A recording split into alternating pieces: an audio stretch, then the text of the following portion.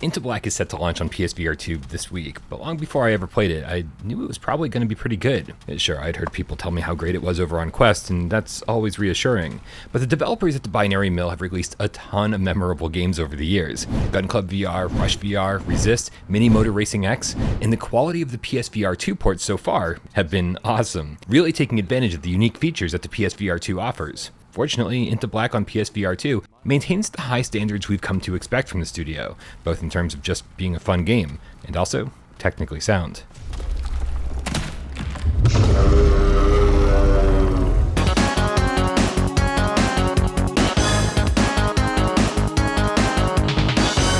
Activating warp drive. What the hell is that? Jumping in 3,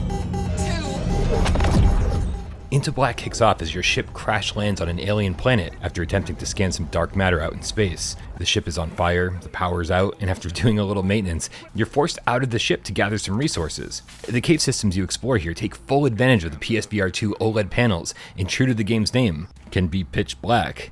But they're also kind of beautiful, with crystals emanating all sorts of colorful lights, along with your own headlamps, flashlights, and flares, all of which cast pretty awesome shadows out on the cave walls. But you're not out here on a sightseeing expedition. You're here to collect resources with your pickaxe and stay alive while doing so. And this very quickly becomes Into Black's primary gameplay loop. Start a mission, head out, gather resources, kill enemies, and return back to the ship safely.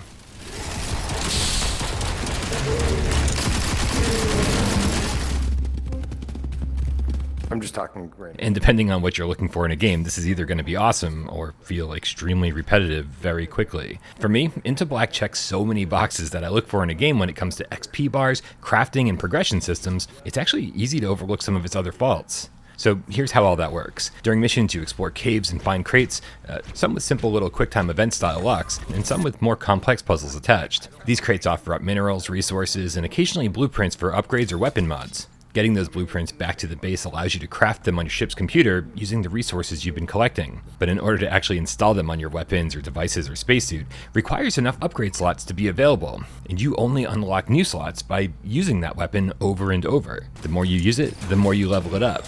The more it levels up, the more slots that become available for you to improve it. And that, more than my desire to beat the campaign or see the story through to the end, very quickly became my reason for spending more and more time in Into Black.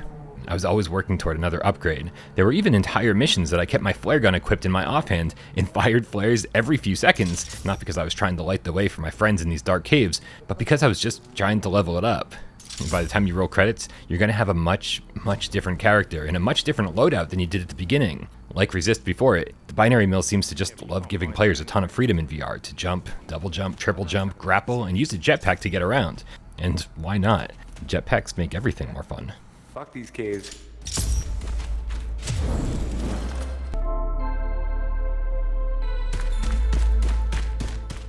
Speaking of friends, I do think that playing through the campaign in 4-player co-op is the way to go here.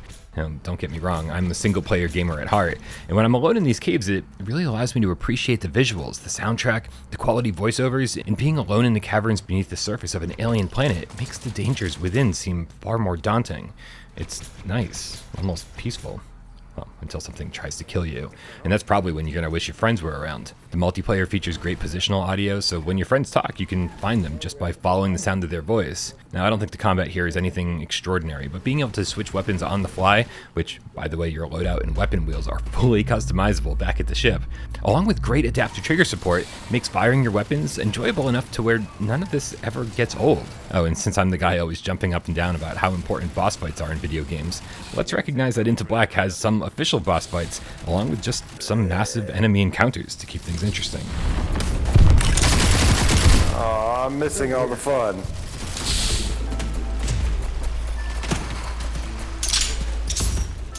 I took my time getting through the campaign, and it took me over 10 hours to roll credits. I could have blasted through much faster, but it also could have taken me twice as long if I wanted to grind for extra resources and upgrade every single thing in my inventory. And the game gives you as many opportunities to do that as you want. So if you love a grind, there's plenty of ways to grind here. The whole thing is a little on the easy side though, so those of you looking for a challenge might want to eschew the normal difficulty and play through on hard instead. I've still got more to do in Into Black, with New Game Plus and New Game Plus Plus, not to mention a Platinum trophy that I don't think would be too hard to get. And that's all calling me back. There's also a 12-player singularity mode that plays like a traditional battle royale, throwing you all into a massive cave system and forces you to collect resources, fight each other, defend yourself from creatures, and make it to the center of the map and warp out before the storm closes in and kills you. There's something here, and we had fun with it for about an hour or so, but as is, it's more of a novelty than anything else, and I think it needs to be fleshed out a little bit more before it becomes a selling point for Into Black.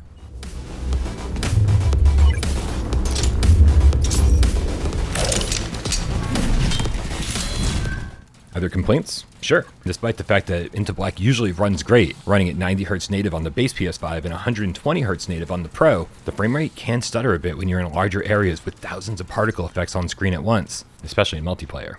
And personally, I would have killed for some more variety in the environments. There is some variety here, but it's all caves. Some with rocks, some with plants, some with lava. But you're not going to see a massive difference between the first few missions and the last few. They're all caves. And like the Binary Mills last game on PSVR2, Resist, you never really meet any NPCs. All the storytelling is done through radio transmissions, or conversations between you and your floating robot companion. So it's more of this telling rather than showing approach. You killed it! I did? I mean, yes, I did.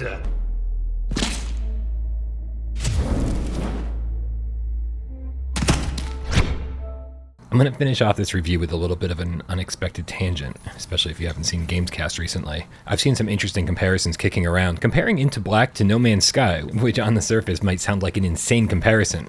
But yeah, gathering resources, crafting, upgrading your equipment, scanning the environment, sure, I get it.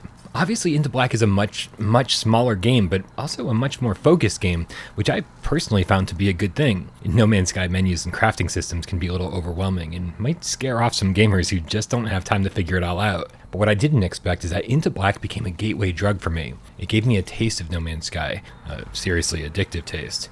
And when I rolled credits, it left me wanting more resources to mine, more items to craft, more worlds to explore. So I've already started a new game of No Man's Sky and have begun that journey. Now, don't get me wrong, Into Black is great in its own right and does so many things well, and I had a blast playing from start to finish. But if you're like me and could use a little push out of the nest, Into Black might be exactly what you need.